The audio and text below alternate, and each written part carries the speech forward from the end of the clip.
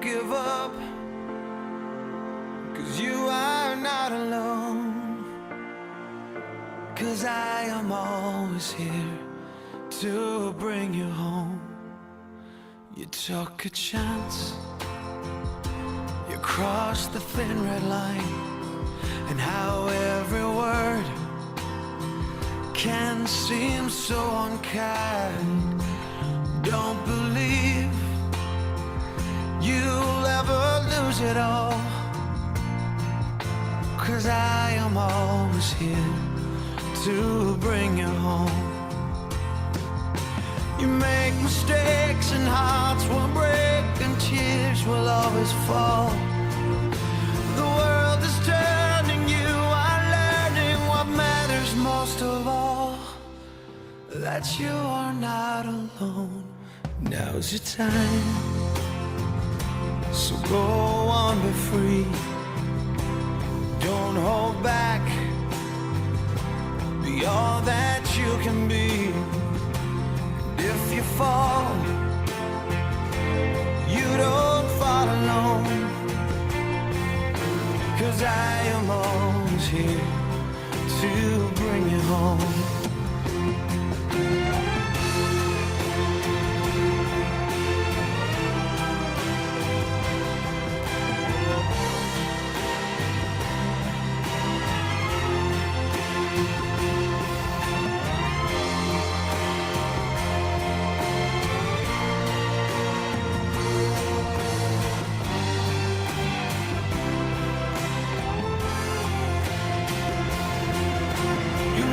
Mistakes and hearts will break and tears will always fall. The world is turning and you are learning what matters most of all, that you are not alone. When you're lost, there's nowhere to go, and your heart bears a heavy load. Don't give up,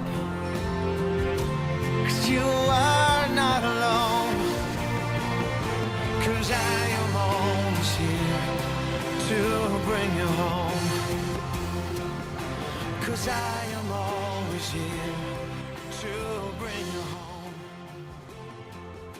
'cause I am always...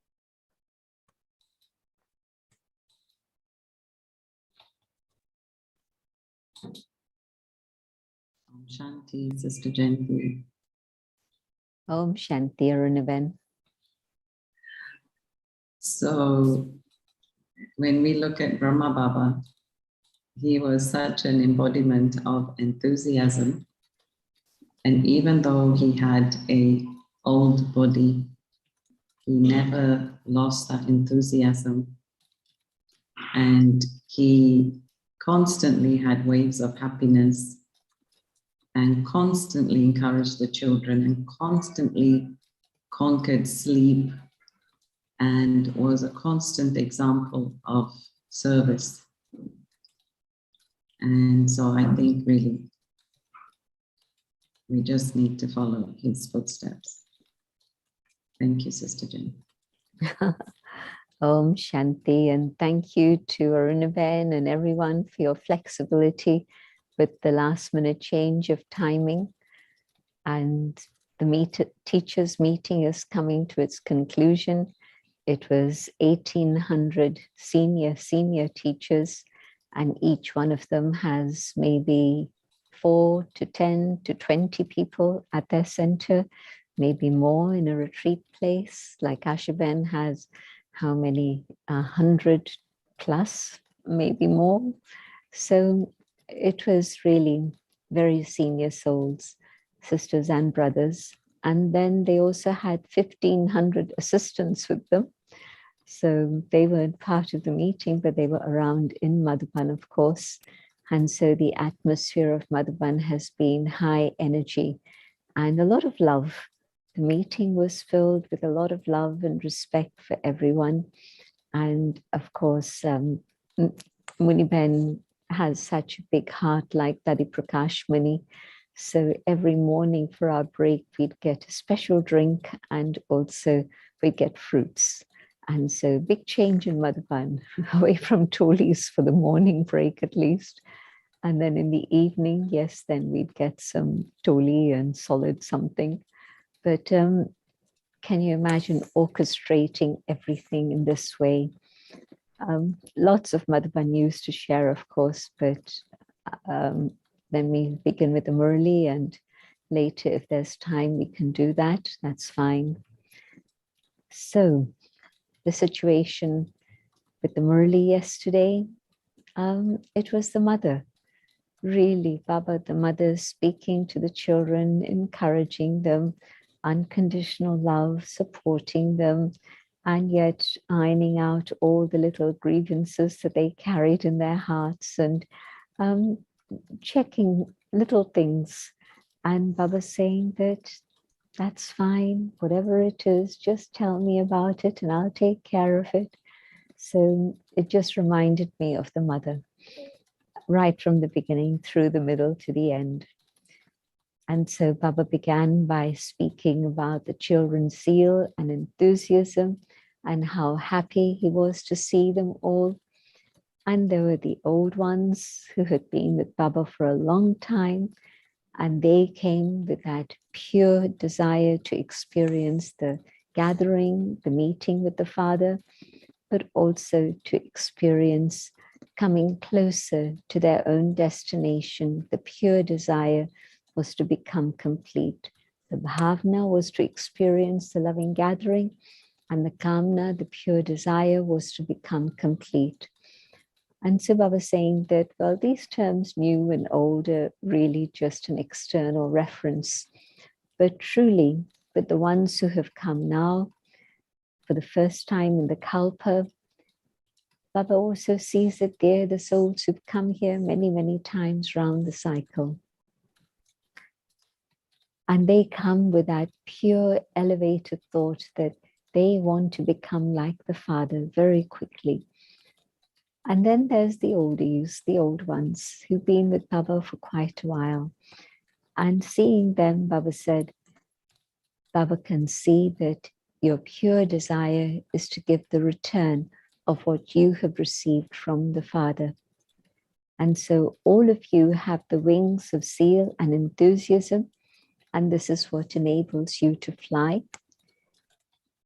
And when you're able to fly, then that zeal and enthusiasm is able to help you go beyond all the little trials and tribulations and the blockages and all the bondages that may come in front of you. And sometimes when you're experiencing Baba's love, you fly so easily.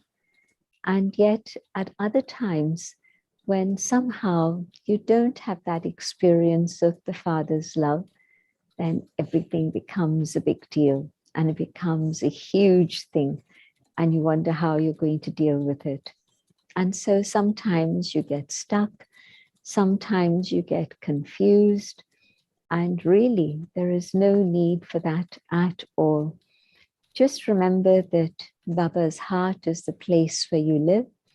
And so being in Baba's heart, there's safety and protection for you. And what better place can there be than God's heart? And so you don't have to be confused. You don't have to be worried. When it's little things, just see them as little. When it's big things, again, see them as little, because God is your companion and you'll be able to fly up above and go beyond those obstacles and all the bondages that may come in front of you. But of course, when you don't experience that same quality of love, then you're flapping your wings and getting a bit tired.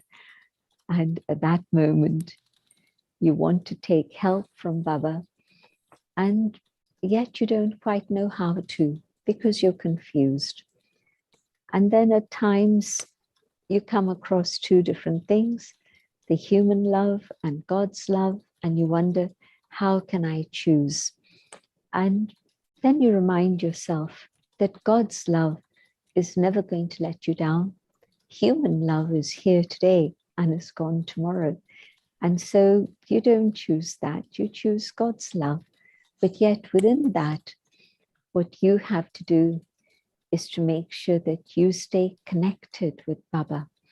Otherwise, that stage of confusion, it's an indication that the fuse has blown, that the connection with God has disappeared. But when you restore that connection with God, then you know very clearly which direction it is that you have to go in. And so Baba emphasizing that when there's energy, it's like when somebody's very weak, then even to lift a glass of water is an effort and they're not able to manage it. And yet if somebody is strong, then they can carry 2 bucketfuls of water, filled with water, buckets, and the other person can't even lift a little glass. And so Baba's point that when you're strong, you're able to do everything. And when you have your weaknesses that you're thinking about and the weaknesses that you're living with inside yourself, they won't give you the courage and the power to stay stable where you are. And so make sure that you don't get confused, that you don't blow a fuse, but that you connect with Baba. And through that, the whole family around you also will benefit. Many things about confusion, and of course the whole thing about being able to fly or not fly. Another thing that happens with Baba's children, there's zeal and enthusiasm when there's a special task. Maybe it's a task of Gyan, of yoga, maybe it's a task of people out there in service. And when that happens, then at that moment, there's a lot of enthusiasm that they experience.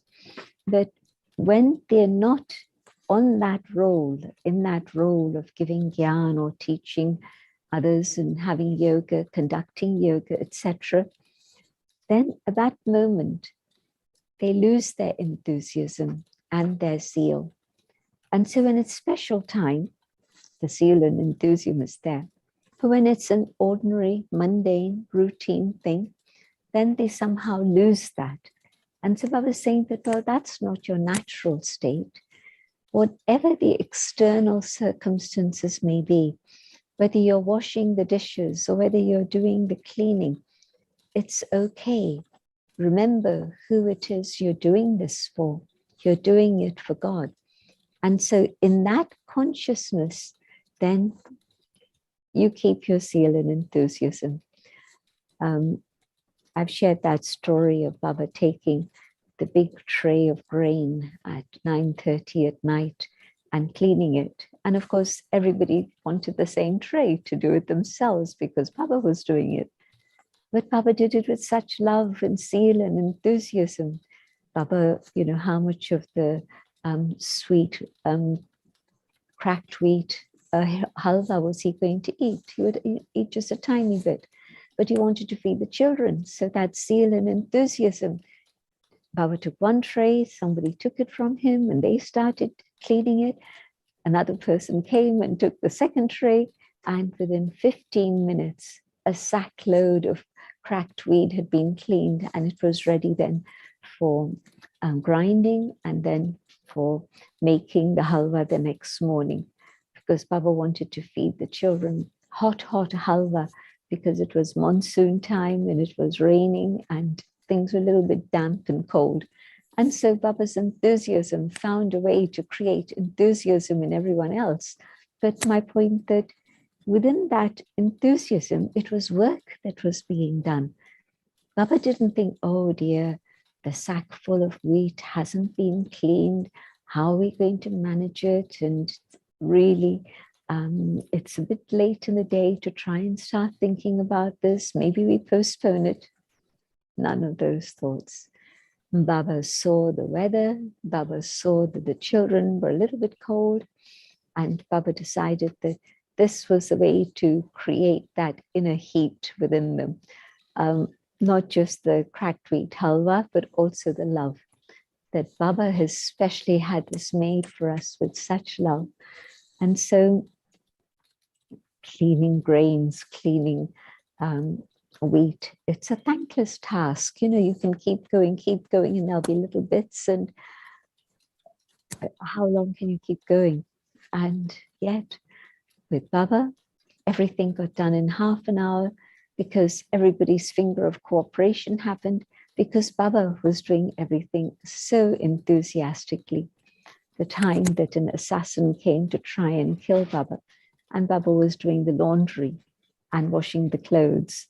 And Baba heard that this person has come, and Baba knew that the intention wasn't right, but Baba met that person. And there was a lot of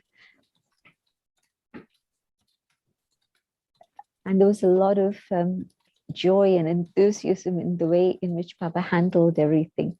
So just to make sure that whatever it is you do it with love and enthusiasm and zeal, with that energy and joy, and it's going to be fine.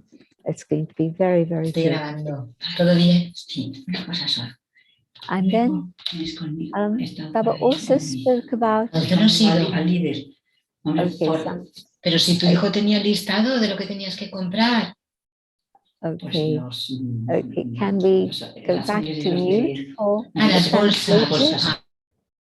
Okay, thank you. Okay, now. So Baba was also concerned about how children get a little bit bored. And Baba's solution was very lovely. When you get bored, it's because you think, oh, I've got to remember the dot, I've got to remember the point, and think about God, the point. Well, you are going to get bored with that. But Baba's offering us so much more than that. Baba's saying, experiment with all the attainments that you can receive from God. Experiment with all the virtues that you can receive from God. Experiment with all the relationships you can have with God and experience those. And so keep your mind occupied. Don't let your mind become vacant and dull, but keep it engaged with interest, with zeal and enthusiasm, just being part of everything, and yet at the same time, being the detached observer internally, so that none of this outside is able to impact you inside. And Baba said, when you read the Murli, again, don't just think that I have to be the point of light, but Baba's reminding you through the Murli of zero and hero. And so be the hero, be the one who's able to do whatever is possible in a beautiful way through the whole cycle. You've played many roles, and what you can do now is to just make sure that you become the hero, and you're thinking about playing your role with Brahma Baba. Baba said how so many of Baba's children have special love for Baba, especially Brahma Baba. And so think about Brahma Baba, think about your role with Brahma Baba in Sangam Yug, in being able to create part of this beautiful everything that's going on in Sangam Yug. And then what you do is you think about how you've played your role with Brahma Baba through the whole cycle, how at the end of the cycle, Baba found you and made you belong to him. So think about many different things, except humans. Think about God, think about God's knowledge, think about what God is offering you. And so be ready to take that. And as you take it, you develop the power so that then you really are the one who has to then face everything, but you do it with God's love, with that power. And so Baba teaching us methods to be able to go beyond the sameness that can sometimes bring about dullness and a lack of enthusiasm. So yes, do all the things you need to do, but the consciousness with which you do it is of love and joy. And that makes it very, very simple and easy. And so Baba then spoke about also how everybody has full marks in love. Baba's often told us this, but again, it was a lovely reminder from Baba that yes, all of you have full marks in love, but what you also have to do now is to make sure you remain safe so that Maya isn't able to catch you. If you stay under the protection of the canopy of love, or if you stay inside in God's heart, Maya cannot touch you. She cannot reach you there.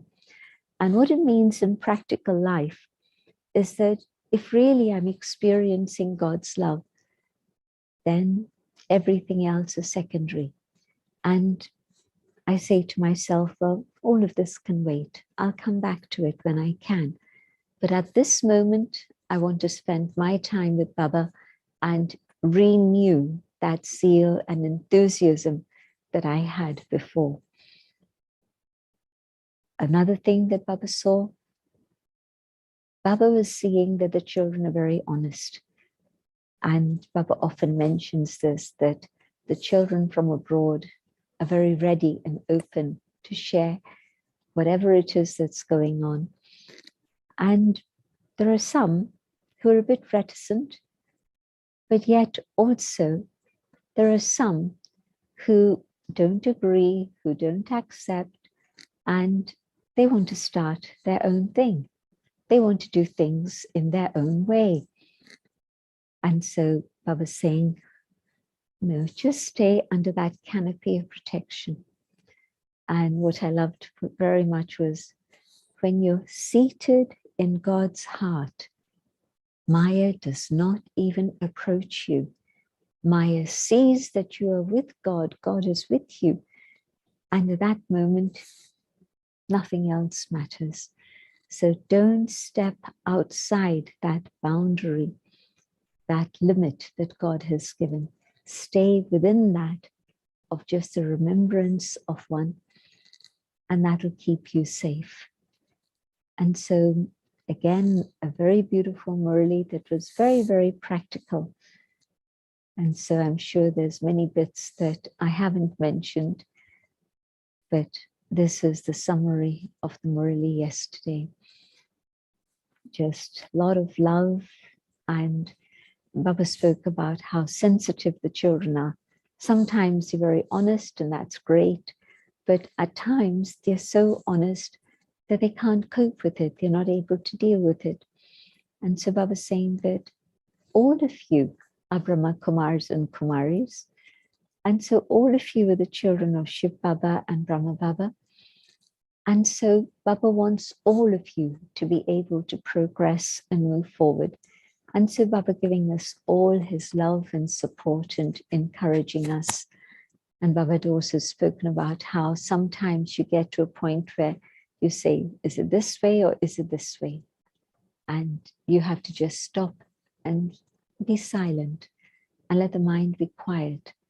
And then with Baba's signal and help, you'll know which place to direct your energy to. So don't allow confusion to last, because it will drain you of energy. But see what you can do. And not to be sensitive. Baba said how Baba used the word whimsical. So for Baba, it's whimsical that here's a person who definitely knows their weaknesses, but they keep thinking about that weakness all the time. And that's not enabling them to let go of that weakness. However, you tell Baba, you let Baba know, and then you leave it to Baba. You don't have to think about it any further.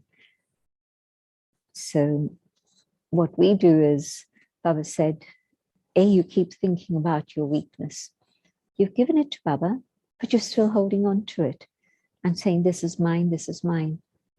Now, be ready to let go of it so that then you're free and you know that it's just me and God and my karma that's involved, nothing else at all.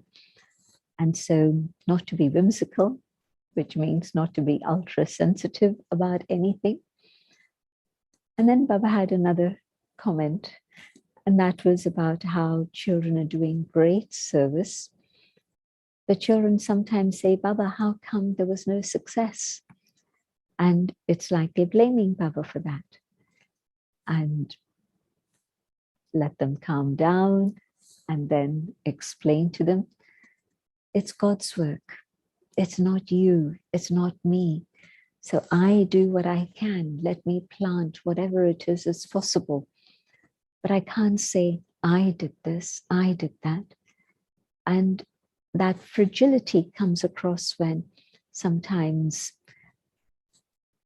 the soul is at that moment really just saying that, you know, I did so much, and I'm not seeing any results. And I was saying, you did so much? No, you didn't. I'm the one who made it happen through you. And so, of course, then that realization that not I, it's God. And I do the best that I can. I plant the seeds that I can. But can I control the sunshine so that there's enough light? Can I control the light in the room? Lots of things that are not possible for me to control. And so let me let go of this idea of I did anything, or I am responsible for this or this or this. And so beautiful Murli, very loving, very caring, and Baba reminding us all of who we are and who is with us and where it is we need to go. Okay, Aruna? Yeah, thank you, gentlemen. There was that whole section, gentlemen, about cleverness that, remember Baba said that don't try to be too clever. So in Yeah. Hindi, it kind of mind, right, that you want things for your benefit, which Yeah. is Faida. Don't Yeah. follow the. Yeah. So maybe you can elaborate on what is too clever. Yeah. Okay, thank you for the reminder. It was a beautiful passage on Baba talking about culture and how sometimes you say, this is Indian culture, and if it's Indian culture, there are some things I like about it, other things I don't like about it. And Baba saying, no, it's Brahmin culture. You're Brahma Baba's child, and so this is the lifestyle that you've adopted. And sometimes you get bored of wearing just white, and so you want to wear colored clothes. Well, Baba says if you go to work, then you're expected to be in normal clothes, and that's fine. But don't think about it as culture or personality. It's simply because there's a need, and so you're doing that according to the need. And then, of course, sometimes you justify it to your instrument and say, well, Baba said that I can wear this, but you forget the context in which it was stated. And so that was the description of being too clever. And so you pick and choose. You forget the context and the whole of the statement that Baba's made. You pick up a few words. You say, well, Baba said. And so Baba's saying that's being a little bit too much clever, too clever for your own good. In English, they say too clever for your own good. And so Baba's saying that don't do that. Do everything according to a limit. Be clever, but according to a boundary. Eat, drink, yes, enjoy, but again, to a limit, to a boundary. And so don't exceed those boundaries with either your cleverness. It's like, you know, sometimes with drama, you can make drama the scapegoat and say, well, it happened, it was in drama, and so I did that. And instead of that realization of the mistake I have made, and I want to put it right, there's just that thought of, well, you know, it's drama. No, if I just dismiss it in that way, I'll probably repeat that same mistake, whatever it is that was a mistake. But when I stop and I realize I'm not being clever about it, I have humility about it. I realized I'm ready to change. Then I won't make drama the scapegoat and say, oh, well, it wasn't drama. No, I did it. I made the drama. So many things in which we're a bit too clever for our own good. Thanks, gentlemen. Gentlemen, during the week, somebody sent me a question and it's connected with culture. And this person is saying that on the one hand, Baba says we shouldn't be into cultures, that if there is Brahmin culture. So mostly, I know Baba used to refer this statement when Westerners spoke about it. But this person is saying that now we are seeing a prominent Indian culture through a lot of the celebrations and, well, a lot of fanfare with regard to decoration and, you know, people, crowns, this, that. So what is your response to that? I'd say that when you're in Bharat, and it's a huge majority of the Bharat population, so they're doing what comes to them and in a natural way and what is easy for them. You know, big food, cooking for multi-thousands and hospitality in a very, very lavish way. Well, that's their culture. And so, yeah, it's a big majority. And so I can't say to them, make it simple, make it simple. Or even when it's celebrations, then we try and change the culture. No garlands, no crowns, no nothing. But they're in the majority at the moment. And so it's okay. And when we do things the way that we prefer, that's also fine. So then when you're doing things, whether it's in the Middle East or whether it's in the UK, wherever it is you may be, you do things a little bit according to culture there too, rather than just pure Brahmin culture in that sense. But in India, especially, and where there's a majority, then I don't think we can impose our ideas on others. Right, thank you. And gentlemen, I think it's been a while that we haven't talked about Dharamraj and this waiting in line, right? Baba said, do you want to go straight or wait in line? Could you talk to us a little about Dharamraj, but make sure you don't get us scared, but make sure that you inspire us. Well, here's the inspiration. Make Dharamraj your friend, which means that if you have a close relationship with Dharamraj today, then you don't need to be scared of Dharamraj, which means when you say good night to Dharamraj as your friend and be very open and clear about whatever has been the activity through the day. And then in that stage, yes, you'll be able to really settle things as you go along. Then at the end, you'll wave to Dharamraj and say, I'm going. Baba said, just time to fly, no time to hang around at that time. And so just fly off with Baba.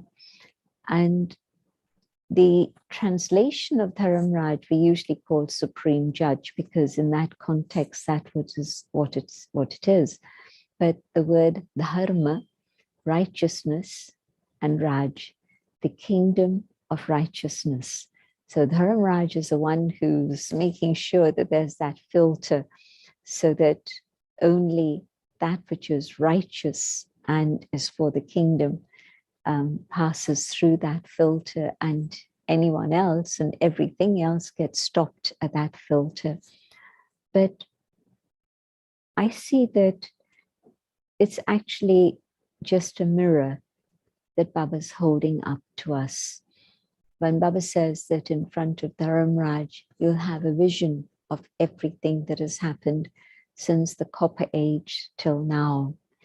And it won't be a long-lasting time. It'll be very fast. It'll be very speedy. But things will be highlighted and will come in front of you that this is what you did. And so this is the outcome. It means that we just simply at that moment facing Baba, we have no excuses. We can't say because of this, because of that, or because of the other. It's a time when all excuses have been dropped, and I am face to face with what it is I have done and what it is I need to do at this moment onwards. So that repentance, that realization of letting go, all of that happens in front of Baba in that role of Dharamraj. And so no, don't hang around in front of Dharamraj, settle everything as you go along now, and have the realizations that you need to have today so that you can make the changes that you need to make. So that thing about sensitivity, not to keep thinking, oh, I'm bad, I've done this, I've done this, I've done this. But no, what did I do? And why did I do it? And how can I put it right?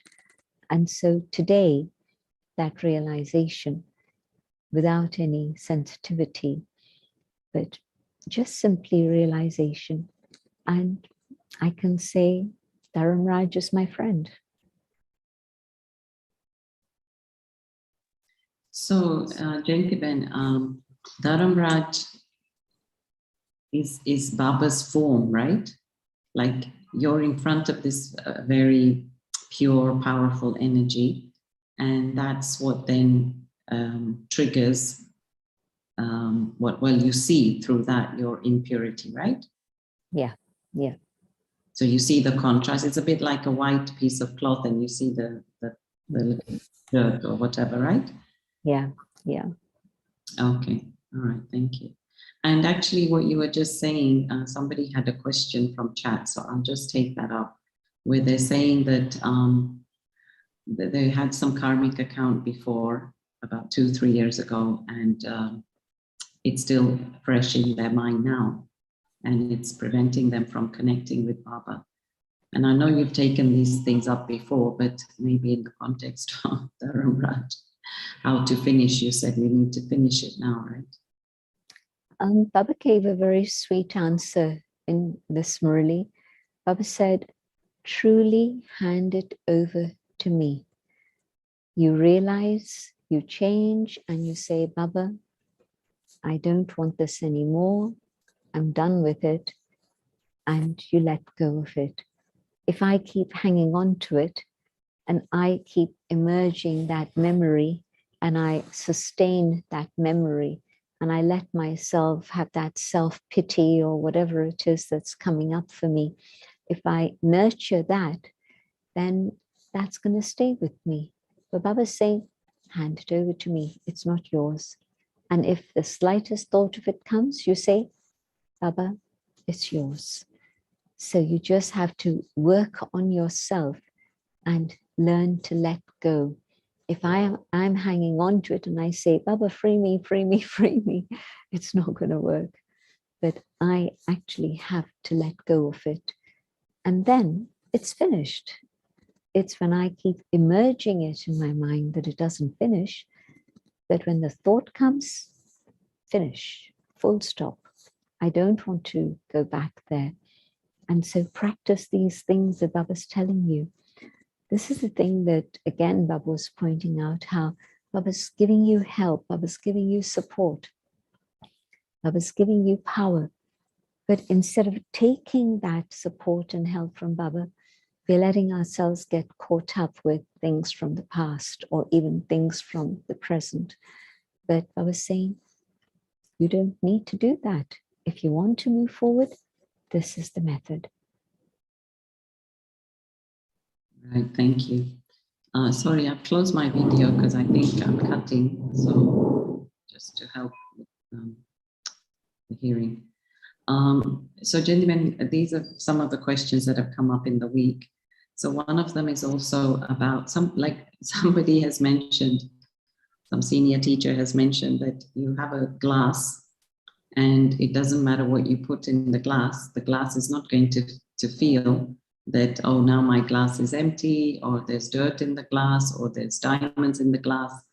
And they were making this comment because they were saying that in a way the soul is immune to the sanskars. So, Jentiben, are we purifying the soul or are we purifying the sanskar? Or is the soul the sanskar? If the soul is separate to the sanskars, where are the sanskars? Are they on my skin? Are they in my body? They're not. And so the very definition of soul is mind, intellect, and sanskars. And that is categorical from Baba's Murli. You carry your sanskars with you when you go from one body to the next. That is the karma that you're carrying. It's in your sanskars. That's how it's recorded. And so first step, the soul is not eternally pure. It's that idea that the sannyasis have that's come up in the Murli a couple of days ago, that why they're not able to make the effort to go to Satyug is because they don't even understand what it is that the soul is. They don't know God, but they want to just merge into the Brahma element. So that whole question of purification is a purification of soul and a purification of sanskars. It is both, because both things are absolutely together. One is not separate from the other.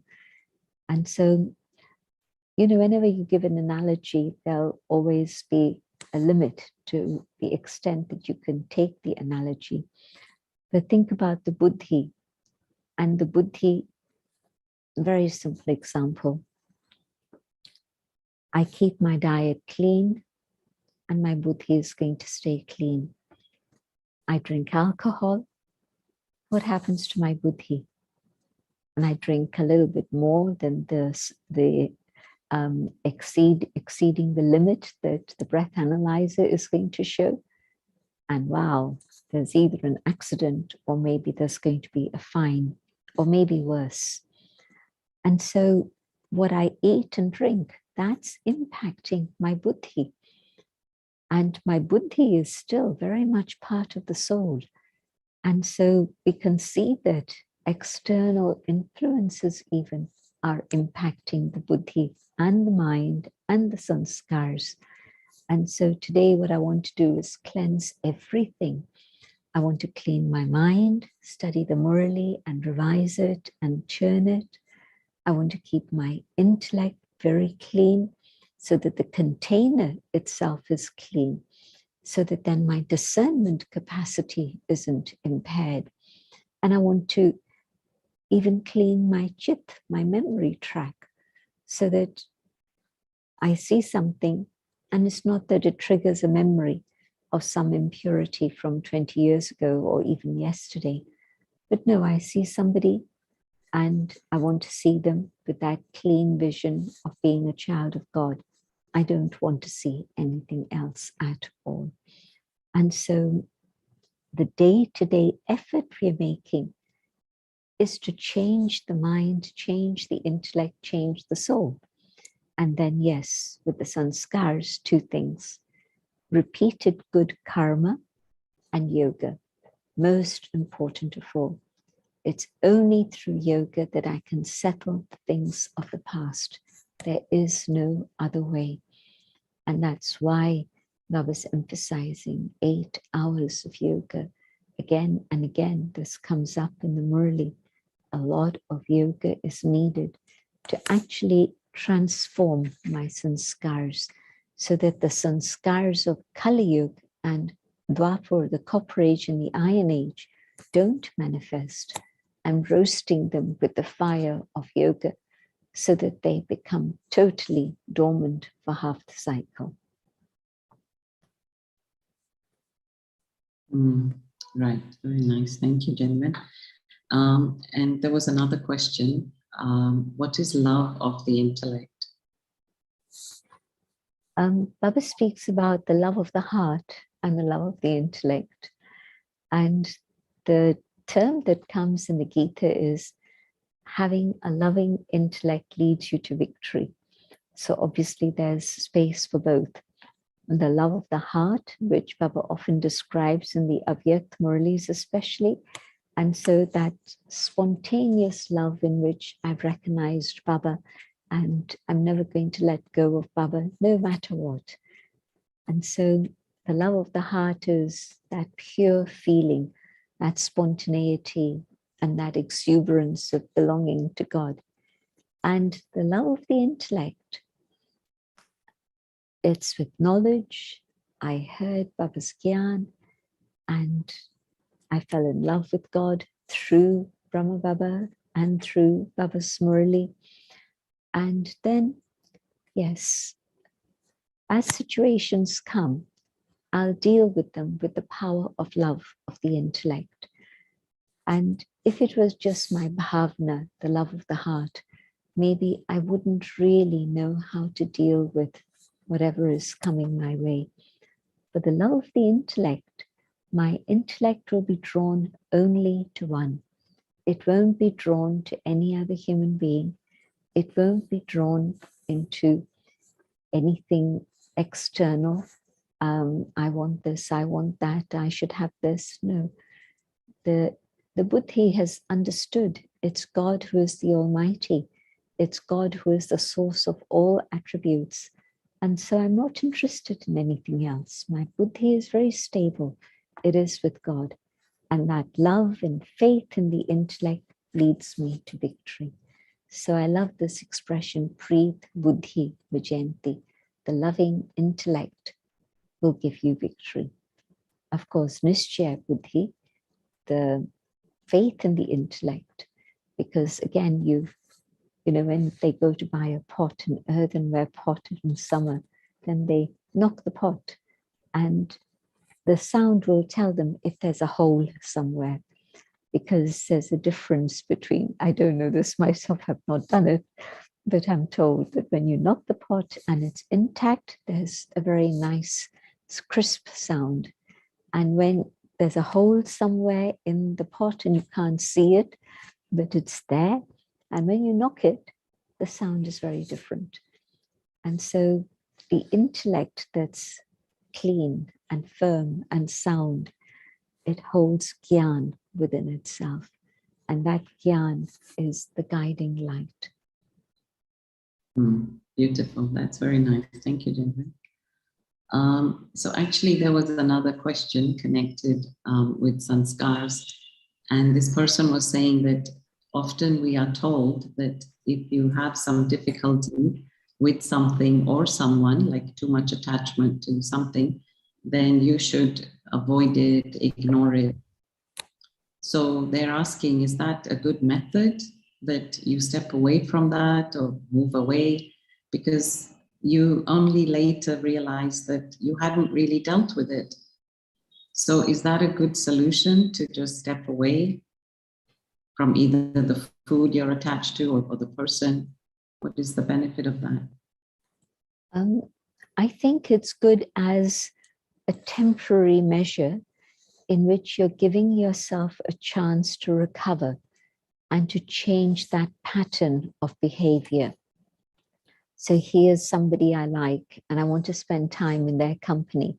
And so I'm indulging myself and spending time in company with them. And then I say, but I learned so much. It was so useful. It was so beautiful. It was so powerful. I'll justify it many different ways. But basically, I had that desire to spend time with this individual. And so if I keep feeding myself that possibility, well, I think the attachment is just going to grow. It's not going to be dealt with. But if I say, okay, for the next month, I don't need to phone them. I don't need to see them. I know what that their timetable is. I know what my timetable is. And I'm going to make sure that my timetable is different to theirs, so that I'm not giving excess time to being in the same place as the other for whatever reason. So just give yourself some breathing space so that you have a chance to come back into connection with God without the distraction of the human. And then, yes, after a month, ask yourself the question, how did I do? And be absolutely honest with yourself. And through that, then, yes, there'll be a greater awareness of what I need to do, and you'll be able to make it and move on further. Otherwise, just keep feeding yourself with the addiction. And when you're going to change the addiction, it's not going to happen. So as a temporary measure, it's good till Yeah. you build your immunity, and then you can engage. And then you can change you can see to what extent your sanskar has changed. Okay. Gentlemen, another thing that's been coming up is people have been going to Madhuban, and I've heard this from a few people now, that they're saying that, well, we don't feel the love anymore in Madhuban. They don't see the dadis, and well, whatever was the past, it's not there anymore. The sustenance or the type or kind or consistent sustenance is not there. So what is your answer to that? I'd say that out of the hundreds of people I've met in Madhuban, I don't think I've heard anybody say that. Some of the oldies say, we're missing Daddy, but we can understand we have to make the effort to feel her presence. And there were 350 people in the last group, and I don't say that I'd have met 350 of them. I met a good few of them. And the past group before that, I met several of them. And the general consensus is that you have to make your own effort in Madhuban to benefit from Madhuban.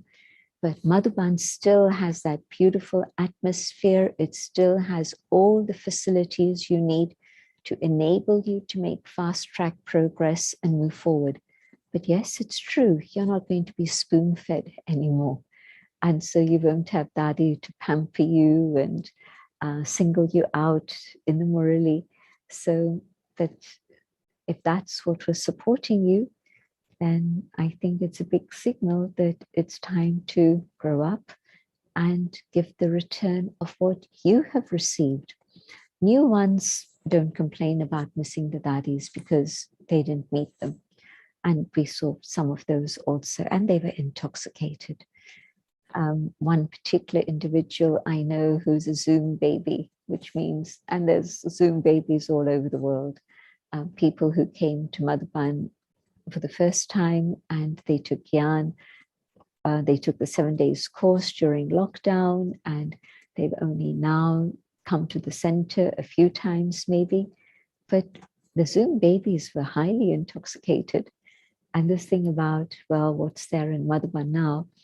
I do think it's the older ones who haven't understood that they are now the seniors. It doesn't matter about stage or title or teacher or badge or anything like that. If I've taken sustenance from the daddies, I am definitely more senior than all the new Zoom babies who are coming along now. And so what is my responsibility? Surely it's now to be able to give others that company, that sustenance. Ask several people, and each one will give you a different response. But the majority, I would say, took huge benefit. And yes, I know that there were a few who, for ill health reasons or different things, they weren't so happy. But I think it's important to realize this is a signal to the end of the Kalpa. And so think about the fact how when the daddies would come to Madhuban, they only came for that for Baba. They didn't come for anything else. There weren't even classes through the day. That was initiated in 1968, classes extra through the day. Just a year before, months before Brahma Baba left. And so what Baba told them, when you come to Madhuban, have a bhatti, put yourself into a furnace and take benefit from everything that is in Madhuban. And of course, yes, number wise, according to effort, some of the daddies took on that mantle of responsibility and they gave and gave and gave. But today, that's what motivates me. How much have I received from Baba and the daddies, not just one daddy, but all the daddies. And so what can I do to help others come closer to Baba, help others understand who the daddies are, and to learn the lessons that they can from all their classes and books. There's a huge amount of material available about them all. And so I think understand that Madhuban is the airport, that you need to provide yourself with the fuel to make your plane lift off. Yes, gentlemen. No, I mean, there are many pluses. I wasn't saying that. I was just mentioning the love aspect that was missing. But no, thank you for your answer. It's right on. Thank you. Maybe just we'll take one more question because I know you have to go. This is from the chat. Somebody's asking that if the soul is not ever pure and that we experience soul consciousness, then what is that? Is that imagination? Not at all. Baba's igniting the light. And when I'm practicing soul consciousness, I'm experiencing the light that God has ignited in me through God's love and through knowledge. And so I'm feeling it, I'm experiencing it. And the more soul conscious I am, the easier it is to keep that awareness and that experience. And just recently, one of Baba's, actually it came about in 2 Murlis consecutively, Sakar Murlis. Baba said, first is soul consciousness. Next step is feel God's love. And then the third step is follow God's Srimad. And if you do these things consecutively, yes, you will reach your destination. That's lovely. What a nice thought to end on. So feel God's love. Now, soul consciousness, feel God's love, and then follow Srimad. Yeah. Thank you. It came in 2 Murlis. I was fascinated that Baba was underlining these 3 steps in that way. Thank you so much, Sister Jayanti. And thank you, everyone. We will now stop and have some meditation. Okay, thank you. Om Shanti. And thanks for everyone's flexibility again.